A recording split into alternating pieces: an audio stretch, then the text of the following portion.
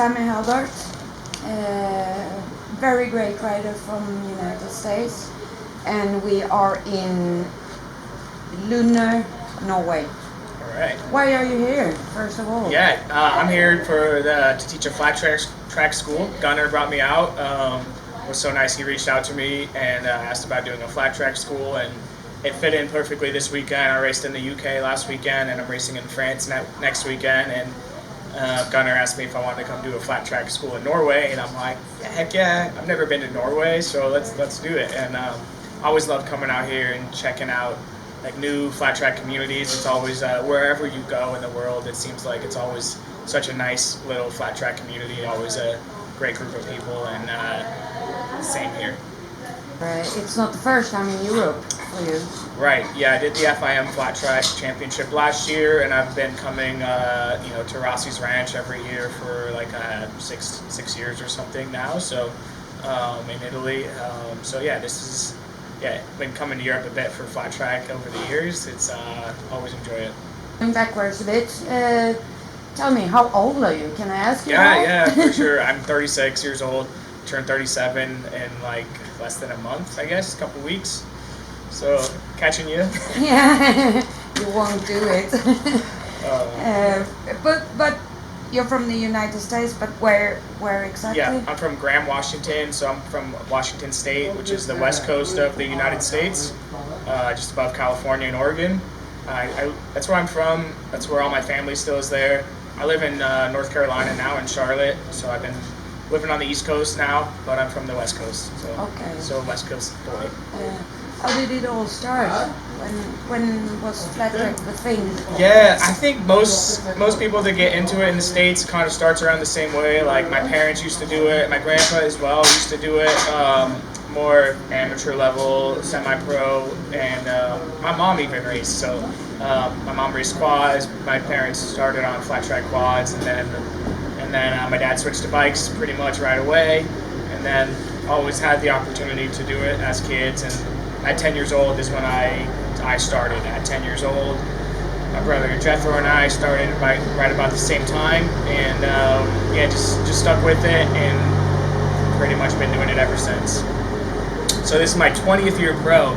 I turned professional in 2004. So yeah, I've been at my like full-time job for a little while now. That's amazing. Yeah, well, I started at 10, and then at first it's just for fun, but became one of the top amateurs. We would travel a lot in the USA to the amateur nationals and stuff like that. But my brother was 2 years older than me, and so he was, so I was following his footsteps to some extent. Like he turned pro at 16, but I was already, chasing him and the other pros down at 14. I was running the local pro classes locally. We started racing on indoor short tracks, and at 14 we could run the pro class as well. And so I was racing with the pros already at 14, and I was a little shithead on my Rotax 600, crashing it every other weekend. My dad was repairing fiberglass, and I was flipping the thing down the track, and I was like full gas right from the go. And so I had to kind of like smooth out my technique. But there's a reason why they call me Slammin' Sammy. He says I'm gonna be slamming. But by the time I was 14 and doing that, I knew I was going to do it professionally, but I didn't know that it was going to be maybe my job or really where it was going to go. But I was just motivated to be successful, and kind of stuck with it. How was it? Did you start on 450 getting pro, or when? I was on Rotaxes back then when I started. So I started on an RM80 and then CR250. At 12 years old, and then at 14 years old, I was on a Rotax 600, crashing it all the time, like I said. But yeah, so I grew up racing Rotaxes more, because that would have been like, early 2000s. I turned pro in 2004, which is just about when 450s came out, right around then. I think 02 was maybe the first year of the Honda 450, so those were just coming out. And so we were more racing Rotaxes, and then the 450s just came along, and I had to kind of adjust to riding those motocross style bikes. For me, I was like, I wanted the framer still, the Rotax, so I've still got some of that old school flat track in me of riding the framers, and I still know how to rip the framers. When I ride the motocross bikes now in the 450s, but when I get on a framer, it's just like feels like home still. What's the difference? Well, the framer's built for flat track, so it just turns left so well. It's lower, and yeah, built for flat track. They just turn left so well. The motocross bikes are more tall and made for jumping off buildings and motocross stuff. So yeah, the flat track bikes are just proper flat track bikes. They're lower, they turn left well. They're and a Rotax is like its whole breed of a bike where it just it's got that smooth Rotax power. There's nothing like it. Yeah, the Rotax definitely meant a lot for me and my family. We even named one of our dogs Rotax. Okay. I don't know, we always grew up on the C&J Rotaxes. That's what I had. Well, I actually had a night frame Rotax, like the twin shop night frame Rotax. That's what I had as an amateur. But then the C&J is what like my brother had as a pro, and I rode that after that. So I really like the C&J Rotax. I crashed the night frame too much, but so I really like the C&J Rotax. But I haven't rode a lot of them. We also have like a Circle F chassis that was from Washington State, where I'm from. So I rode that. It seemed like a good bike. I would love to get one of the Woods Rotaxes, like the traditional Woods Rotaxes from back in the day. I would love to find one of those and build one of those just to have as like just kind of like a historical piece. It's tough to pick one for my biggest achievement. There's like kind of 3 milestones for me, like winning my first Grand National in my home state in Castle Rock TT. My brother Jethro was on the podium with me, so that's like so special, just being my first win and having my brother on the podium with me. And then 2009 winning the overall Grand National Championship, very, very special. And then winning the X Games gold medal. So there's my top 3. Yeah. Not bad ones. Yeah, and just any AMA Grand National win. I think I have 16 or something, and they're just each win in the premier class is so hard to come by and so special. And I should have many more, but like bikes break when you're leading and stuff happens, and just the ones you're able to lock in were all so special. Yeah, so I rode full time through 2021. At the end of 2021, I was in like a really, really bad crash where rider crashed in front of me on a half mile, and I hit his bike and it just like launched me. And, was that yeah. And at that point, like I shattered my ankle and whatnot, which was really bad. I could keep doing it full time still, but it knocked me out as well. And at that point, I've already hit my head like enough times, and it was like I just made the decision to switch to part time and kind of try and find my way, maybe find my way out of the sport per se. And so I started doing select events. I started doing the low speed tracks with a focus on creating content to promote my partners, and that started going really well. So I've been able to grow my brand, and been really doing a lot of social media, and then this year I got some more sponsorship, which really has been helping me a lot, and then coming over here and racing in Europe has really been fun experience, but also like the content is so good racing these European speedway tracks. It's something so different than what all the American fans have seen, so I'm able to run my Insta360 camera on the front of the bike and show that to all the Americans, and really kind of put some spotlight on what's going on here in Europe, as well as the competition is tough as well here on the speedway tracks. They go quite well, so yeah, it's been a fun experience. And then yeah, this year, so I went part-time in 2022, and as soon as I went part-time, like I haven't finished in the top 5 since, because I just show up on a random twin, and it's like so hard to fight with the big boys. I got like 6th a couple times the first couple years doing part-time, and then this year I got back on the old faithful XR 750, which I haven't rode in forever, and like right away was like fastest, won both Dash for Cashes, should have won both main events, had some bike problems, blowing oil and stuff like that, but still got a second. So and then grabbed another podium in California on the XR. So that was this year's been a big resurgence for my career again lately. So I'm trying to work my way out into a safer line of work, but it's so hard. I love this stuff, and as long as I can keep doing it and not getting hurt, I'm gonna keep doing it. The select events, and we'll see where it takes me. Yeah, I've worked with Dodge Bros for a few years. I rode their bike back in like maybe 2018, 2019. I was riding for the factory Harley team, but then Tony Dodge and the Dodge brothers would bring me out to race their bike at select non-national events. So I did that a few times with them, and maybe even before then. But yeah, they really enjoyed working with me because I'm not too much of a shithead on race day. I'm usually like relatively like even keeled and not just kind of like going with the flow, but always like very focused and pushing for more.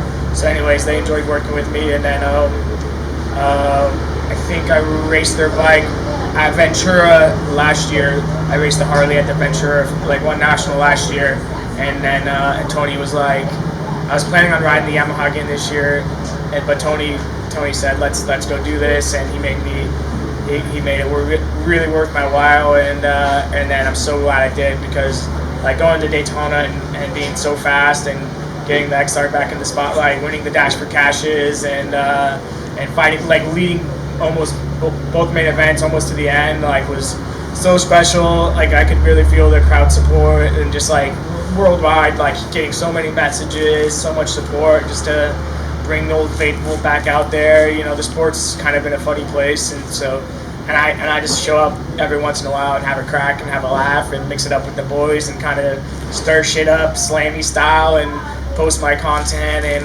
do it a little different than most guys. And so it was just so fitting for me to come out on the old bike and mix it up at the front. It was really special. And we got one more race going this year on the XR as well. So I'm going to race the AFT season finale, which is like in 2 weeks. I'm actually going to race my personal Harley XR 750, which I haven't rode in.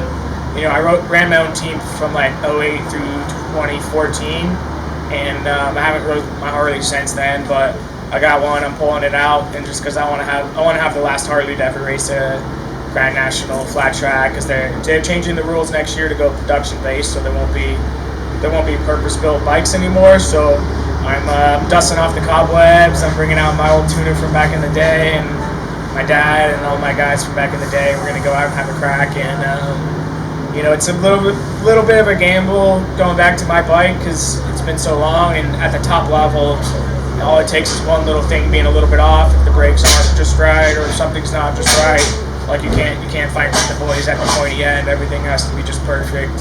So we'll see. Well, I'm wishing they would give an exception to the XR 750, because obviously I want to ride that at Daytona next year. Just the thing worked so well for me at Daytona, but I was really hoping to have another crack at winning Daytona on the XR. That just would have been such a monumental experience, and I was so close. But I get where they're coming from. Like they, in my opinion, should have never let Indian come in with the modern purpose-built bike. We already had to like restrict the XR 750 so much to even allow the production bikes to be competitive, and then they come out with a modern purpose-built bike. It was like ridiculous. I was riding on the Yamaha and then the Harley team. It's like running like a super bike against a MotoGP bike, because you know, the FTR is so good. Yeah, they did a great job, and it's great, and it's kind of cool that they did it, because they did bring a lot of money to the sport and everything, but it kind of put the sport in a bad position as well, because it just came in and it was a modern purpose-built bike, and nothing could compete with it. So it was kind of threw the sport on its head a little bit, where it's like we were starting to work towards having multiple brands racing, which is hopefully going to help the sport grow, having multiple brands racing. So I get where they're coming from. It's sort of like short-term pain for hopefully long-term gain. So it sucks for a lot of us, but you know, it's maybe it's what the sport needs. You know, only time will tell. So it's easy to sit on the sidelines and tell them what they should do, but it's tougher to run the ship. So hopefully it goes well. But yeah, damn, I was really hoping to race the XR a few more times. I mean, yeah, I know that Jeff guy runs some races, but it ain't really like, I mean, it's cool for amateurs and whatnot, but yeah, I mean, I don't think there's anything to compete with American flat track right now. It's like we got Jim France back in the series, which is like NASCAR back in the series, and they make they could do a lot of stuff better for sure, but it's still like the best show in town by far, like by far, and you have so much contingency support in the series. Like if I were to win on a Yamaha, I would get $10,000 just from Yamaha, plus $7,000 from the series, plus, you know, from the helmet company, plus like it really pays. That's how I made a career out of racing professional flat track. Professional flat track has been really good to me. I'm really fortunate. I hustled, sponsorships, everything, but also when you get top 3 in the premier class, like the money adds up between the prize money, the contingency from the manufacturers, and you know, we're on TV as well, so you're able to like help sell that to your brand. So yeah, it's easy to kind of be on the sidelines and say, hey, we want to start another series and do something better, because they don't do everything right, but they're still the main show. I don't think it makes sense to try and compete with them, because they're able to afford to lose money every year, because we got Jim France, NASCAR money backing us. So it's like, yeah, just the show rolls on. Not that I know of. I mean, there's talk of people wanting to start something else up, because there's a lot of unhappy people within the paddock about the series, but nothing that really. Like, time will tell, I guess. Nothing that I see that I'm like paying attention to, because are they going to be able to actually get manufacturer support, contingency support, TV coverage? Like, there's so much to make it like something that I would actually be interested in doing. So, I mean, if there's more racing, more money for the riders, that's all good. But yeah, I think it's a tough task.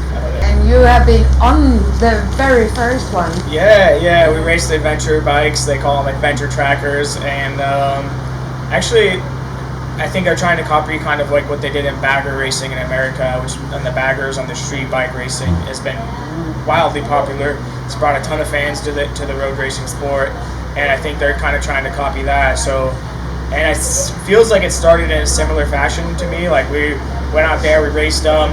There was only a few top guys in the series and a few big teams, but the bikes actually worked pretty well. Like, for me, they were quite easy to ride, and I'm a small guy, and it's a big bike. It was pretty easy to ride, and it's kind of similar to bagger racing, where it's totally ridiculous. You should not be doing it, but it works, and that's kind of like, I mean, it worked on the TT track. Like, is it actually going to work? Like, I don't know. Bagger racing is still growing.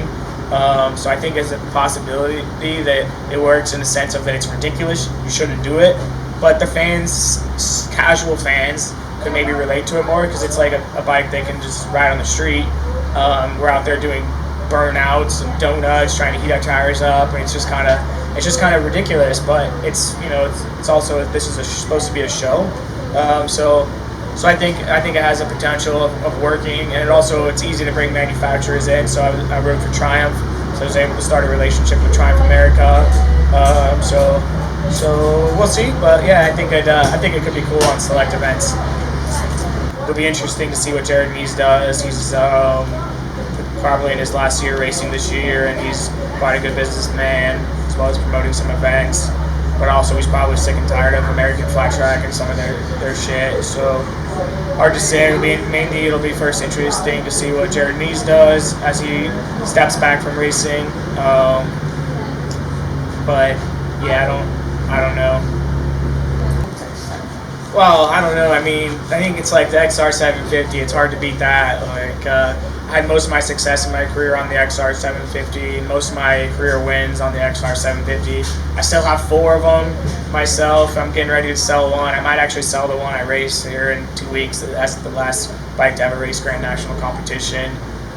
So yeah, it's such an iconic bike, the XR, and it's carried me to most of my wins. So I'd have to say that. And as far as the 450 is my 07 Yamaha 450. Okay. I won Daytona on that thing like 4 times. So yeah. Just the old carbureted Yamaha 450. It works well on the little circle tracks. But no, I've never rode with the fly-by-wire. Do you think it's a future, or? I don't know. Like, flat tracks are a tricky game. It's like carburetors work so well on flat tracks still. You know, it's like. I feel like it's hard to bring the new technology in and make it better than the old technology in flat track. It's just, we're old-fashioned, and yeah, the old technology works so well. But I mean, the Indian with the fuel injection works really well, actually. Like the Indian FTR 750, it's so flat off the bottom. If you ride it initially, it feels like the slowest bike ever, because it's just so flat. Like, it feels like there's nothing there on that first little bit of throttle opening, but that's why it works so well on the flat tracks, just because it's So smooth power, and then it builds from there.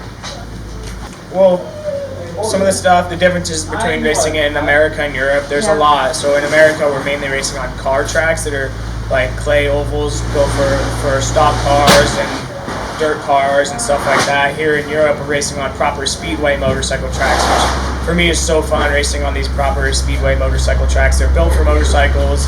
They're like fat, they're fun, and you can be sideways, throwing a roost, and then the format's also for me, it's more like speedway racing when there are multiple heat races. In America, it's just like elimination format. One heat race eliminates down to the final through the qualification process. Here in Europe, it's like you're racing about like 3-4 heat races, so more like speedway format than what I'm used to.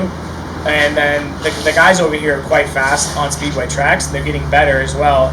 But you stick them on a clay oval in America, they're not going to be so fast. But here in Europe, they ride these speedway tracks all the time. So they're quite fast on them. It's been really, really challenging for me this year to get, like been getting the wins, but every win has been so hard.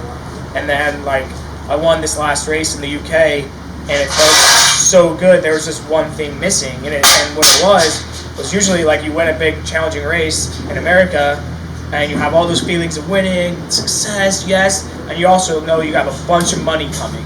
And here you win in Europe, and there's like 250 euros to win in the FIM, so it's disrespectful what they're paying us in the FIM.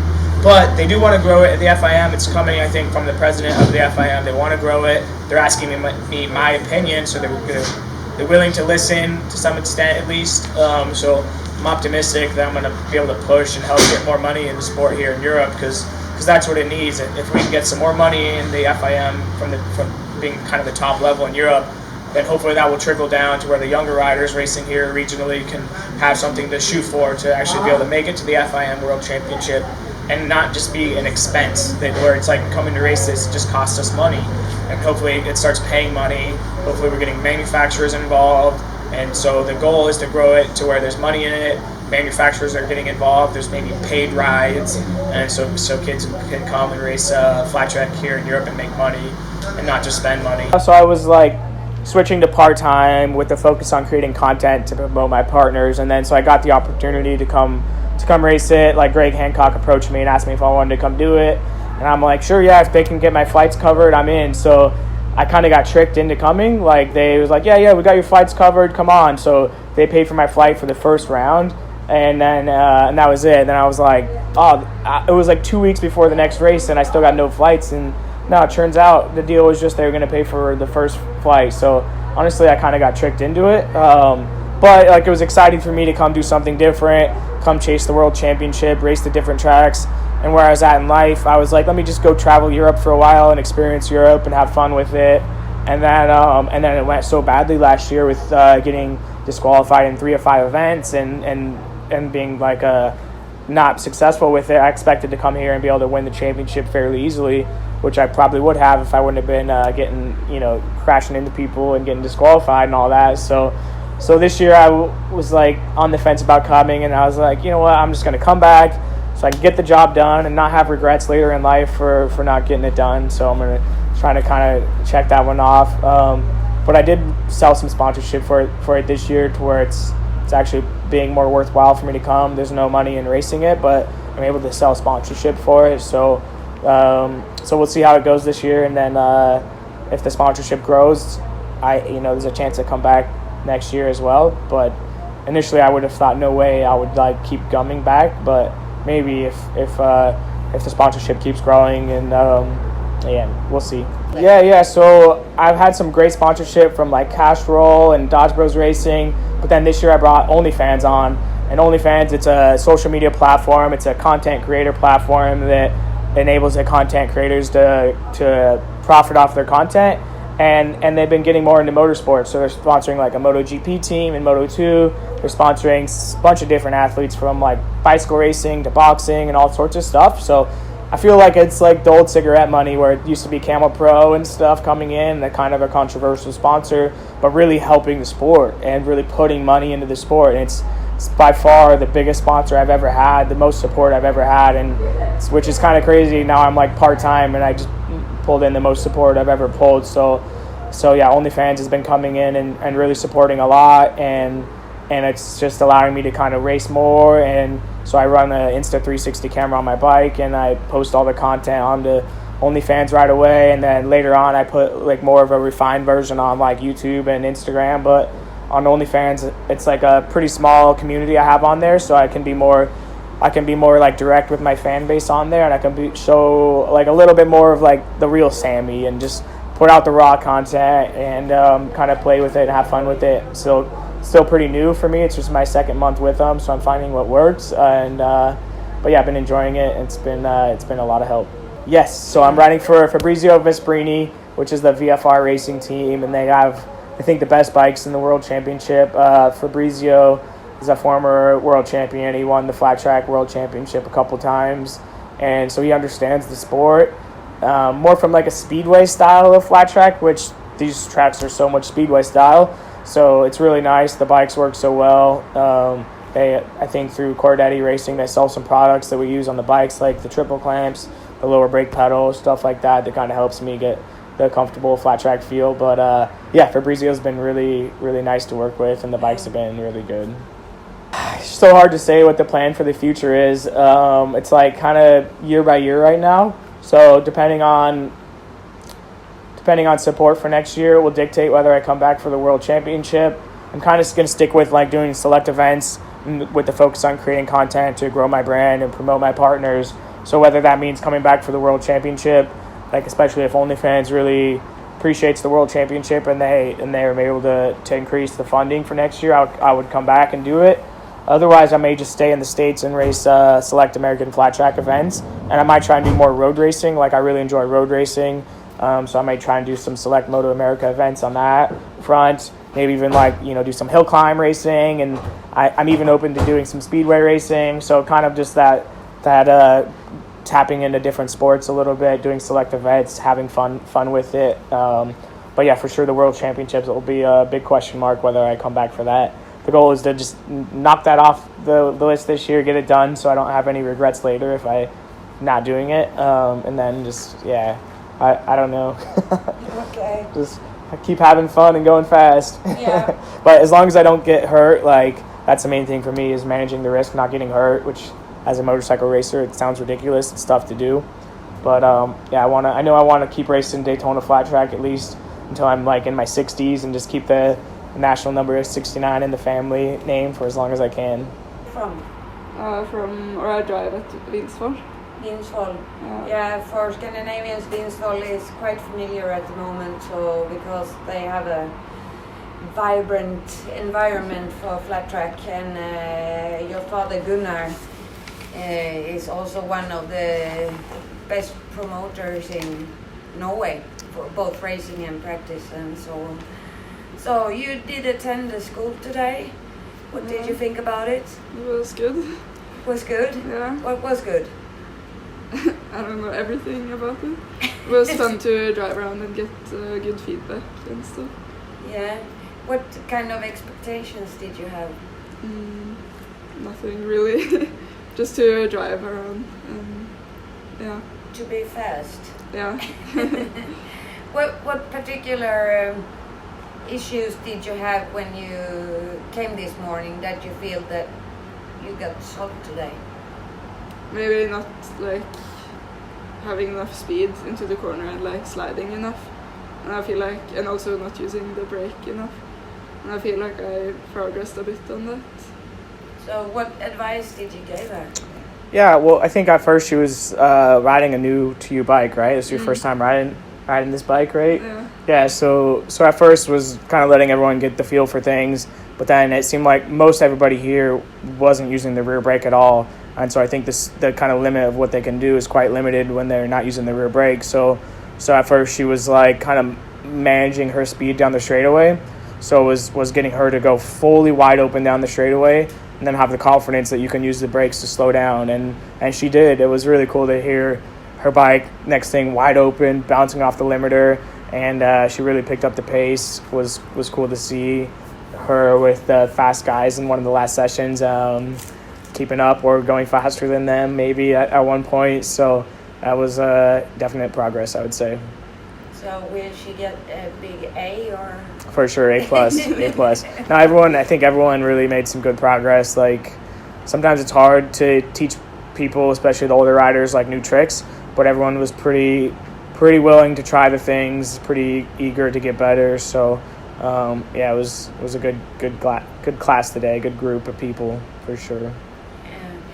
I would like to ask you, because we unfortunately having more older people riding flat track than younger people.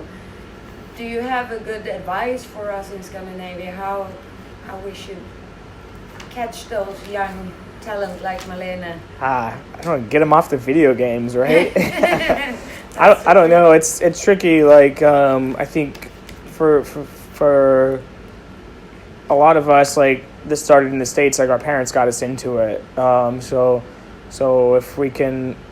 if you get the parents coming and get the parents involved, and then they get their kids involved.